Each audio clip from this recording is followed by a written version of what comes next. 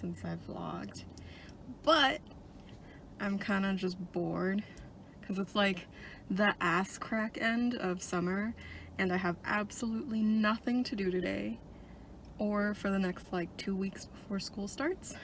So I went down my YouTube like hole and found a bunch of vlogs that I really like, that I was not inspired by, but like kind of I want to be that aesthetic type of thing. So we're gonna do this and see how it turns out. Today I changed all my piercings.